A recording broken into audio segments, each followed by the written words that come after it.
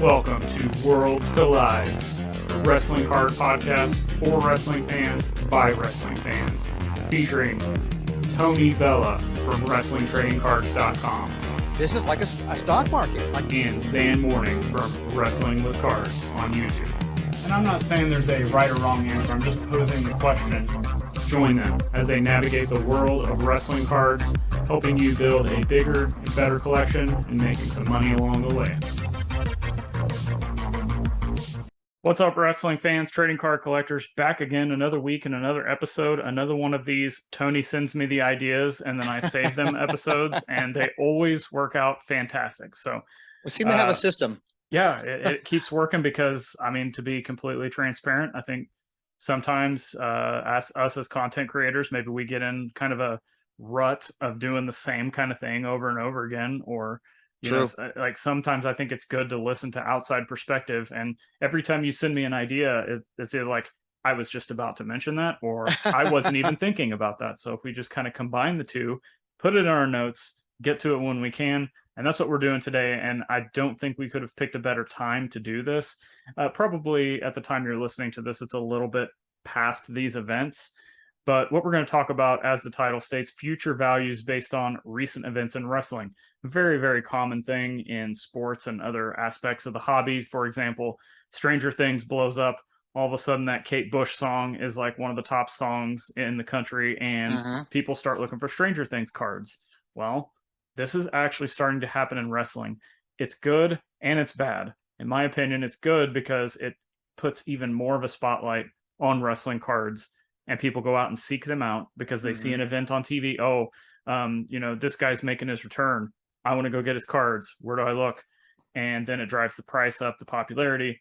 But again, on the pricing aspect, it's kind of a hindrance to those of us who are specifically looking for one thing and maybe we waited too long, or they finally are so rare they come available, and then they're into the 5-figure range because somebody died, retired. Well, this happens in sports. I mean, in a traditional, stick and ball type, it's the same thing. I mean, you got a popular guy that normally sell pretty well, and then all of a sudden gets injured. His value might dip a little bit because you don't know how severe it is, how long he's going to be out, especially in football. You know, in football, you get a running back, it's a star, and then he gets injured, goes out. You get some unknown guy, some second or third stringer guy comes in, and for whatever reason in his first game, as he rushes for 212 yards like that, gets 2 touchdowns, 3 touchdowns, whatever it is, and like, oh my God, this is the next big star. People start clamoring for that. It's like that, and his value goes up. It's just it's a fickle market, which is why I always compare it to stocks. You know, it's always based on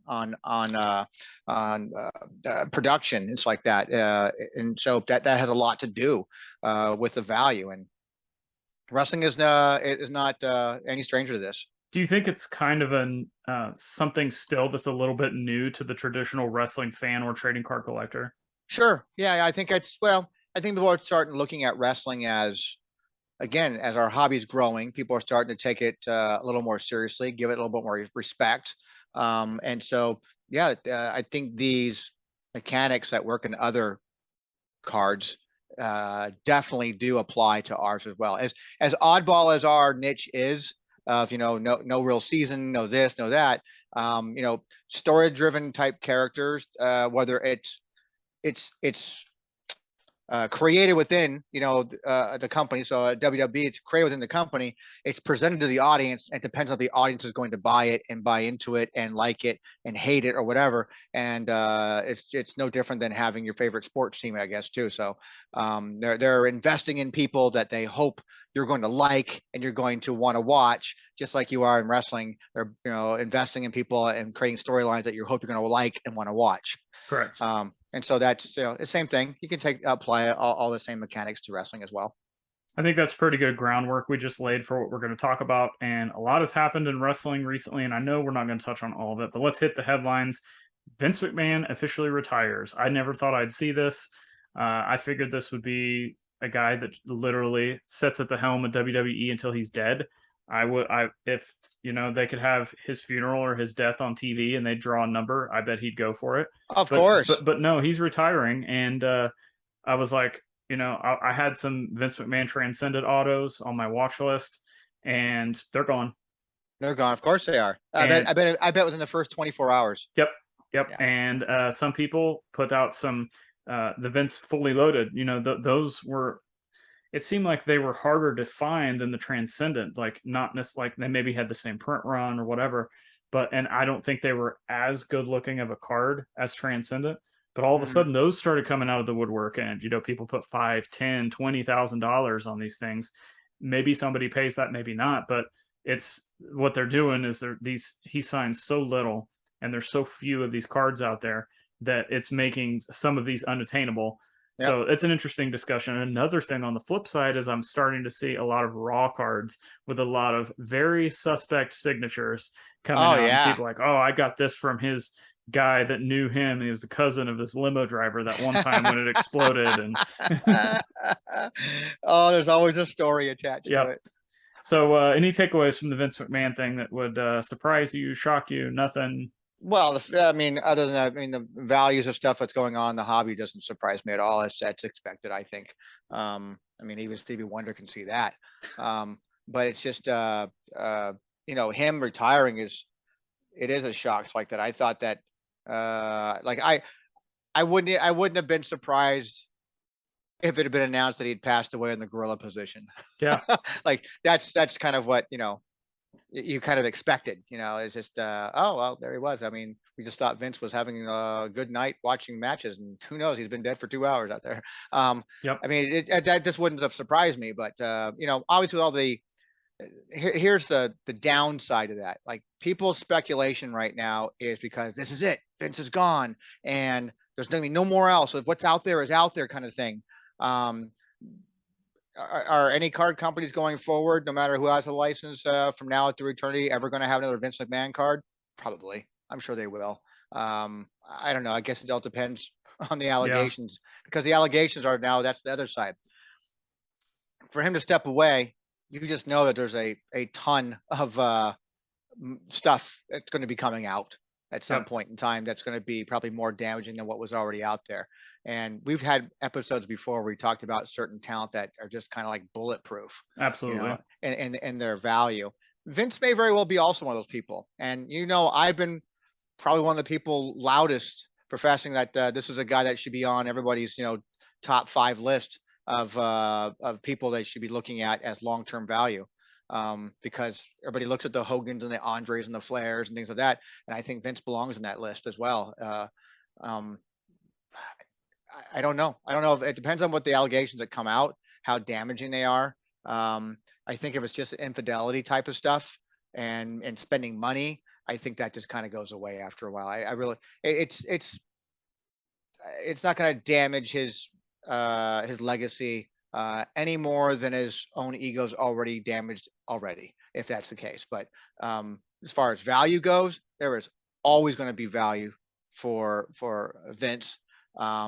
I have always professed that he's grossly undervalued. So anybody who's like Drake, guy like just paid too little for that. I mean, he got a steal, man. And that guy had vision. So he saw it, recognized it, knew this is the guy who helped create modern wrestling the way it is today. I don't care if your position is like, well, he destroyed territories, did this and did that and did that. I see the bickering going back and forth. It's always these Monday morning quarterbacks that come out of the woodworks and start talking about like, well, this was tarnished and that was tarnished and this and that. And it's like, well, really? Because the market's dictating otherwise, because people are paying a lot of money for his stuff. And I think that it'll continue to keep going up. And I think that even at today's prices, it's undervalued, because you think he's expensive now.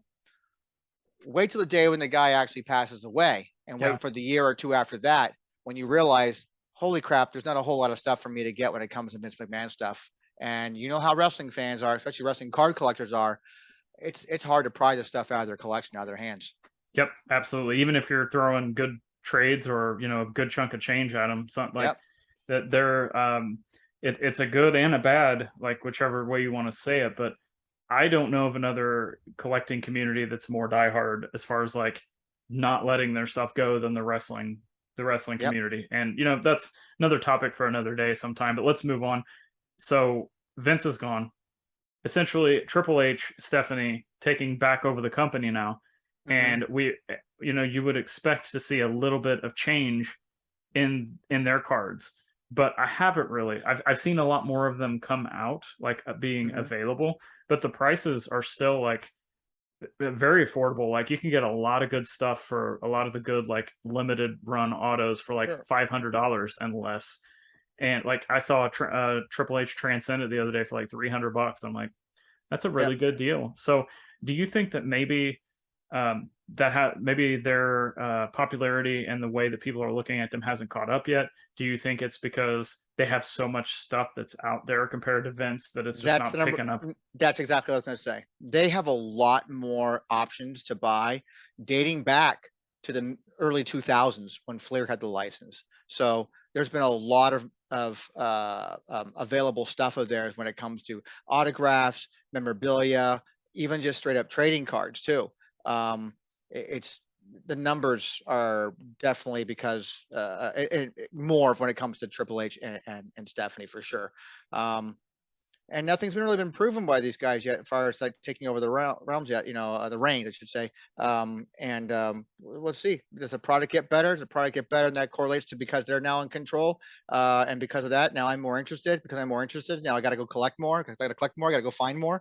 I mean, who knows? It's a trickle effect. But Vince is one. There's no Vince McMahon. Okay, there's no other Vince. Period. Just like there's no other Andre the Giant ever. It's just these are larger than life type characters like that.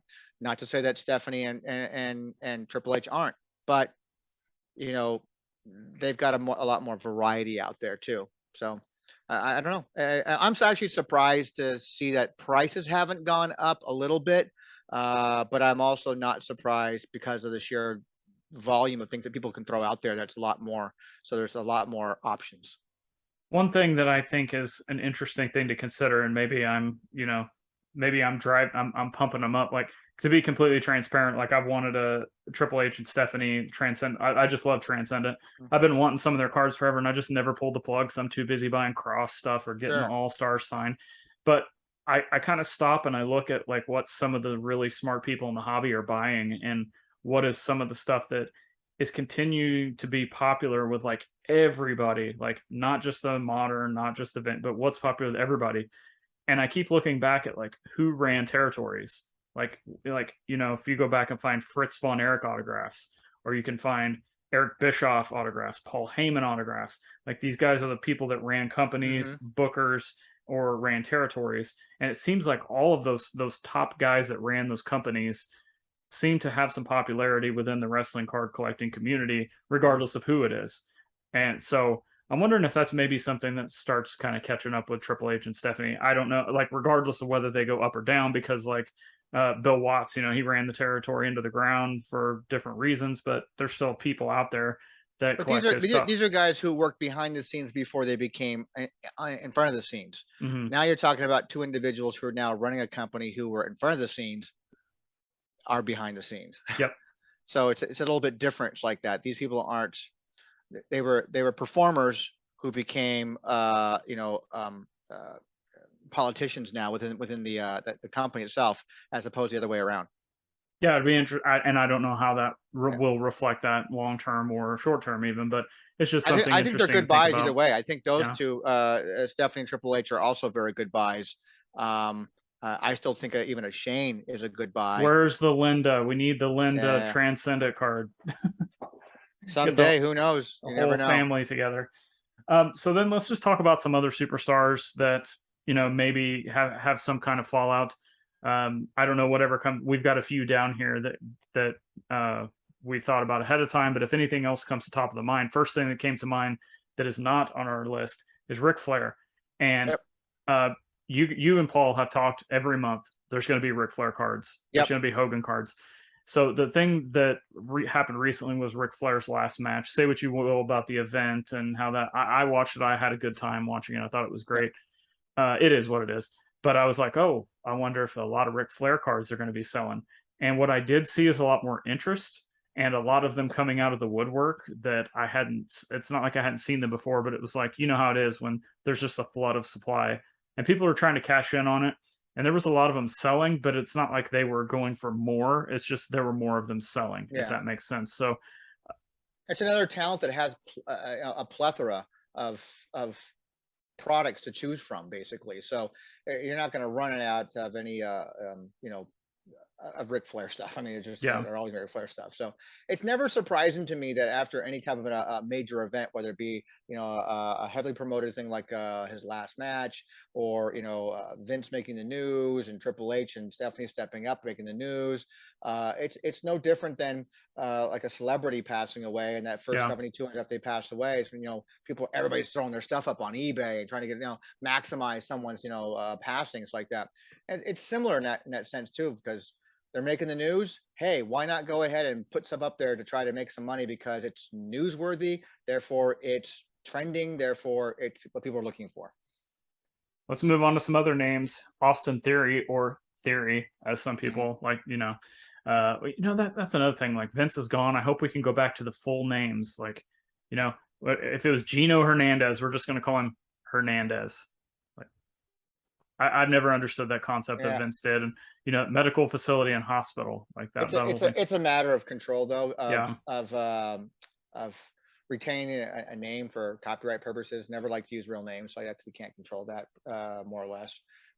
That's why talking with Kevin Nash like that, he's like, to this day, Vince would always just call him Big Daddy Cool, refuses to call him Kevin or Nash because he didn't create that name. Vince. It all goes back to Vince. All right, so the Theory was like Vince's guy. Like, we saw Vince always with him on TV. Yeah. He's got the Money in the Bank briefcase now. Failed, well, kind of failed cash in at SummerSlam during the Brock and Roman match, but this was he's super young guy, gaining some popularity within the hobby. And he's got a really cool, like, I'm not the big rookie card guy, but his actual rookie card with Finest is super cool. Like, it's a great pose. It sums up his personality, and it's a good card design. You get the parallels. Mm-hmm. Um, do you think that, like, now that Vince is gone, do we see kind of a shift in maybe they're not going to book him the same way because Vince isn't calling the shots anymore? It's who knows? It's who knows. So my starting quarterback, my starting running back is back in the game. Do I throw him as I run two backs this game, or I go with my star back against like that again? It all Great depends. analogy. It's just it's the same philosophy there. I think it's just now, do we continue to keep pushing him? It's all gonna be a matter of like what the public can how they're gonna ingest him now going forward. Like I think it was super cool. Again, I don't watch, but I watch the highlights like I always say. I think it was just super cool letting Roman just rip him apart, like Daddy's not here no more to protect you, kind of thing. Yep. Um, how do you play off that? Does he come back and prove people wrong? Is he gonna be shoved down people's throats? It's going to be a matter of perception, how people take him going forward. There's a lot of guys out there banking on him because they thought, hey, this is Vince's baby. What happens when Vince, puts a shine on somebody? It's going to just kind of keep pushing it. It's going to happen sooner or later. Who knows? Another thing. He's at stock of like, he's at high risk stock right now. Yeah, I could really see it going either way. I've always liked him, and I almost splurged for that. Is it the Limitless card that he's got Yeah. in that set? And I was trying to reach out to some people, and I just stopped. I'm like, man, I better just stay in my lane of what I know and not start getting out of it. So, speaking of Vince and Theory, let's transition to Roman and Brock. They've been on the top of the card for what seems like a couple of years now. They're going back and forth in their feud, and both of those guys have gained popularity not only in wrestling but also the hobby. I mean, we've seen Mhm. Roman stuff explode.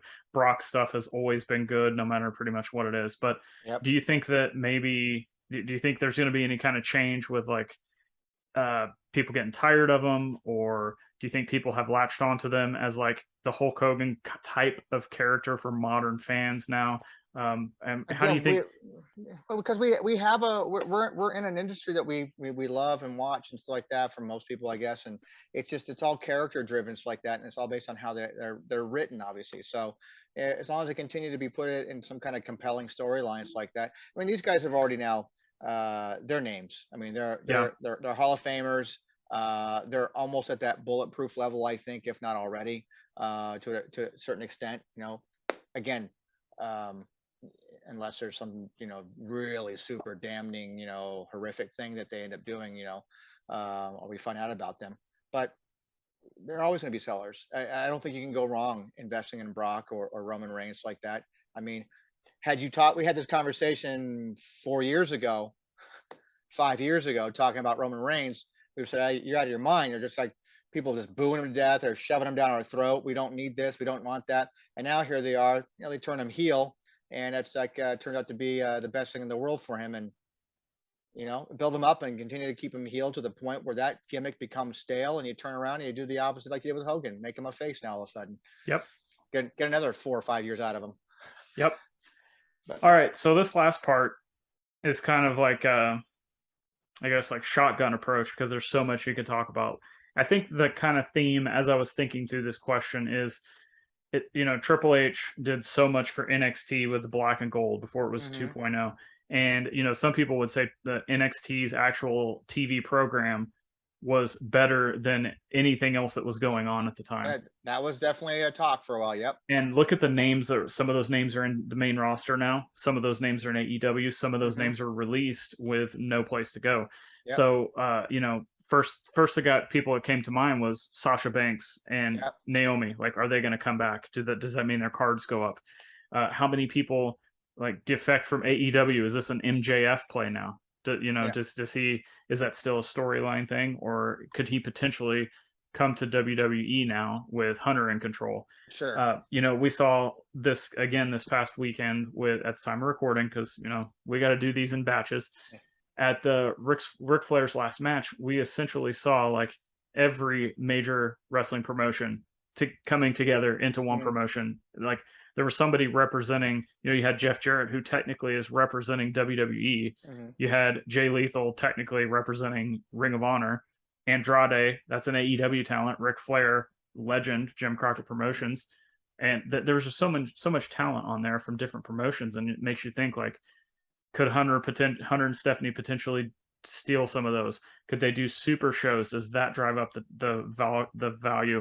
I've got a lot of people saying that they think that Killer Cross is going to make a comeback because he was just blowing up in NXT, and Vince ruined him, so that Triple H did well with him. Does that mean he comes back?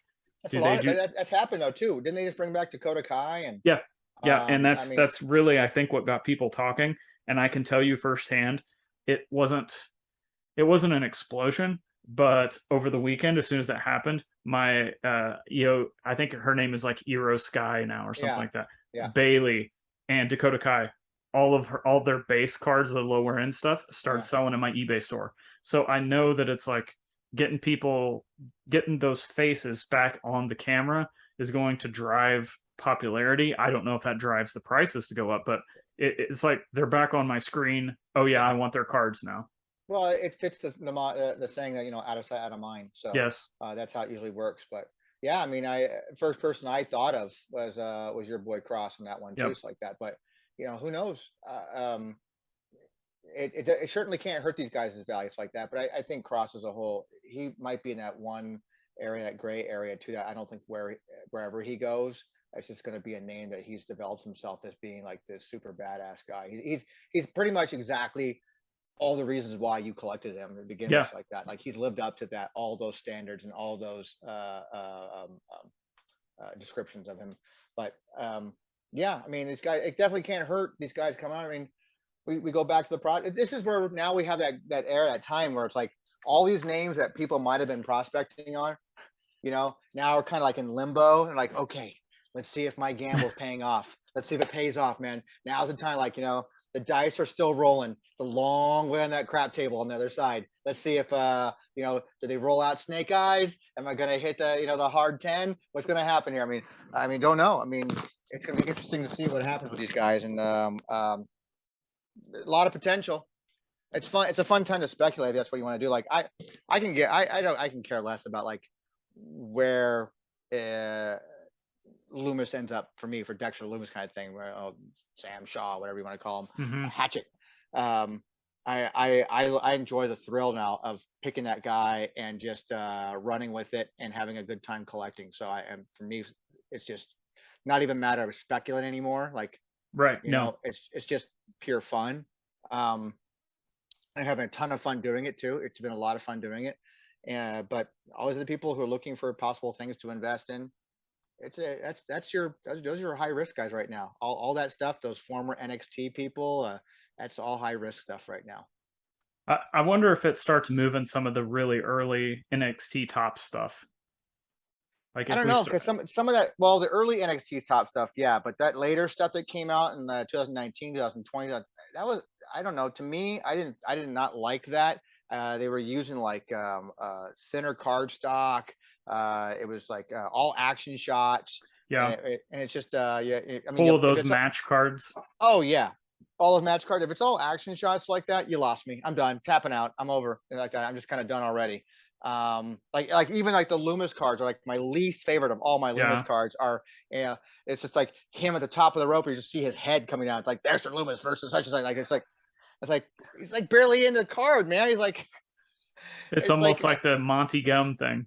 it really is. It's like you might as well have just call it like the guy in the front row. It's like John Smith. You know, it's like it's just I don't, to me, they weren't very, not my favorite cards. They weren't very good, but you know, um, all of that stuff. I mean, the NXT guys, the lower tier type talents like that, they still are, and they always will be. Your speculative type of talent that you want to try to invest in, or just have fun with. I mean, just end up having fun. Don't worry about it at all. We need to do another episode on that. Like, but me and you, there's some other people, but I think we've done we've hit the hammer on the head so many times about how much fun it is to just do player collecting and super collecting, or just finding that niche and going for it and not worrying about what it's going to be worth, or like As far as doing I'm concerned, yeah. in my local people that I deal with on a daily basis, you being one of them, you started that, and I just kind of followed suit with you, going, "Hey, he seems to be having fun with it. I'm going to give it a try." And now I'm doing it, and I'm having lots of fun with it.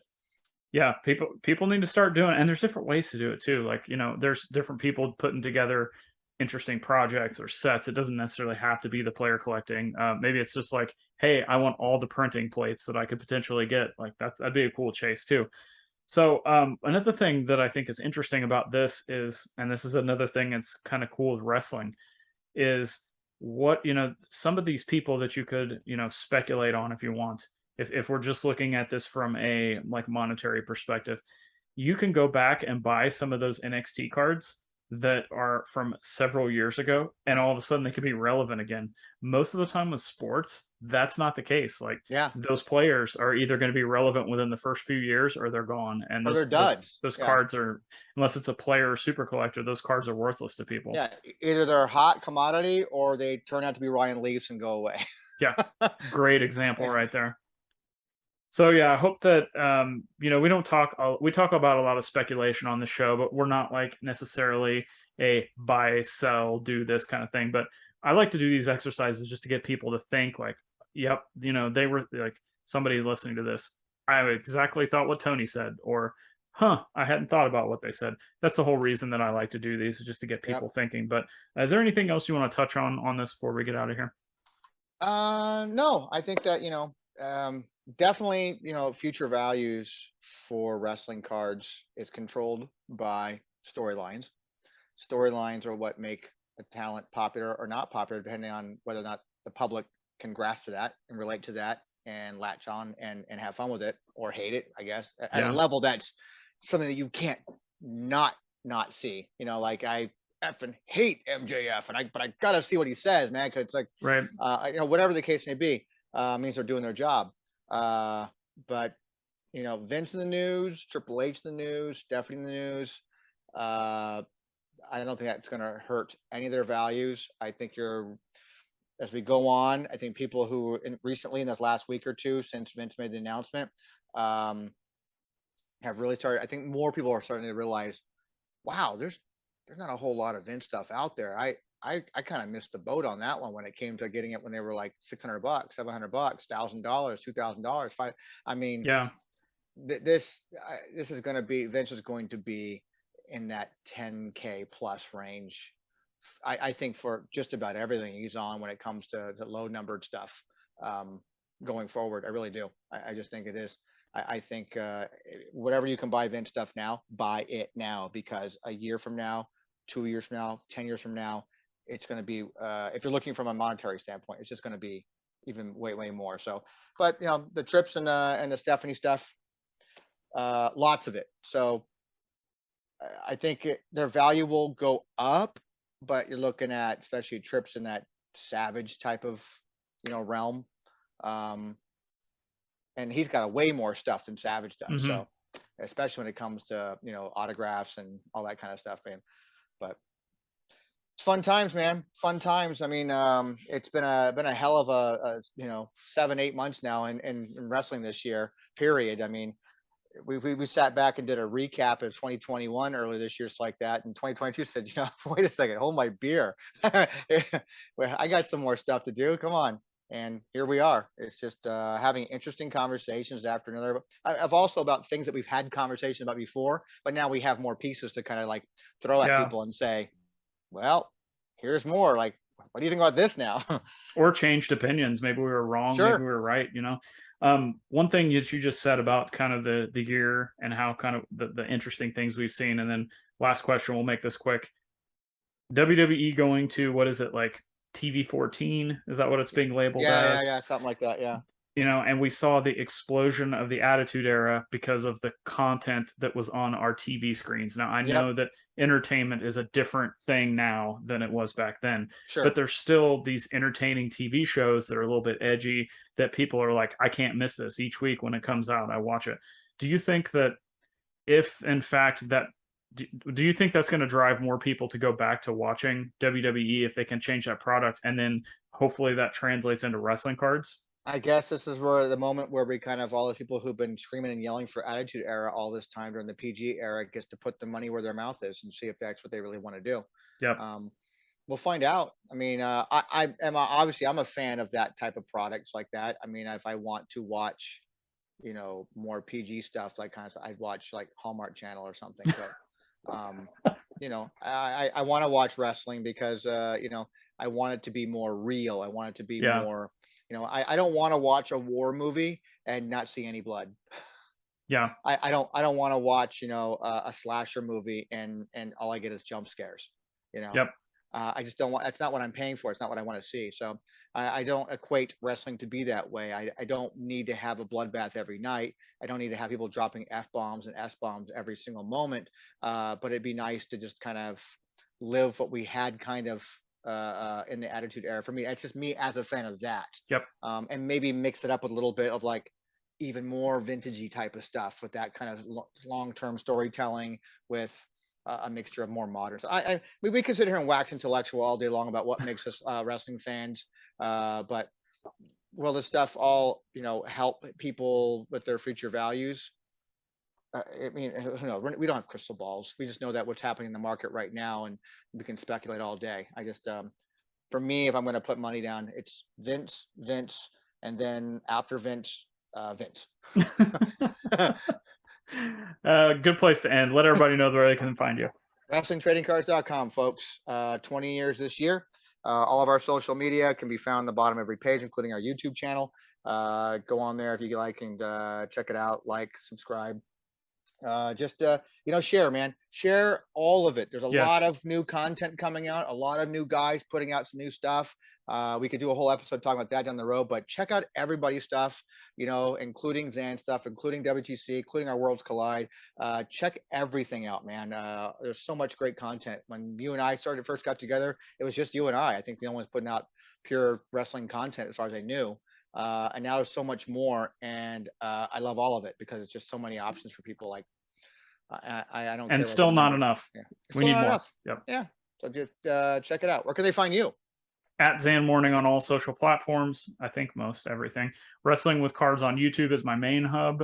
Wrestling with Cards, the podcast, solo podcast. But more importantly, this podcast you're listening to right now. If we brought you some value today, if you liked our other episodes, please subscribe and tell a friend about the show. You know, I just spoke about WWE changing their TV to TV 14. Hopefully that brings in more eyeballs because of what they're doing. And that's what we want you to do, is to share the show with other people to get more people to listen to this. Like, oh, these guys are talking about wrestling cards. I can get more TV 14 for you folks. That's what's going to take to listen more. I will absolutely do that. Well, we can do that if that's what everybody wants. That means like that every episode will be like cards and After Dark episode all That's all right. tied into one. That's But right. if we're digging this episode, though, again, please subscribe whatever podcast platform you're listening to this on. Share it with a friend. Tag us in it. If you guys want to talk about this stuff, again, we constantly talk about engagement. So tag us on social media. Let us know what you like, didn't like, agreed, disagreed, and we'll just have a good conversation. Twitter seems to be where all the wrestling card hobby people are for the most part. So everybody likes to get involved in these discussions. If you'd like to give some feedback on this episode, just go for it. Tag us, like I said, and we'll be happy to talk to you. Thanks for listening. Again, subscribe, tell a friend. Until next week, keep collecting, having fun. Wrestling cards rule. We'll see you.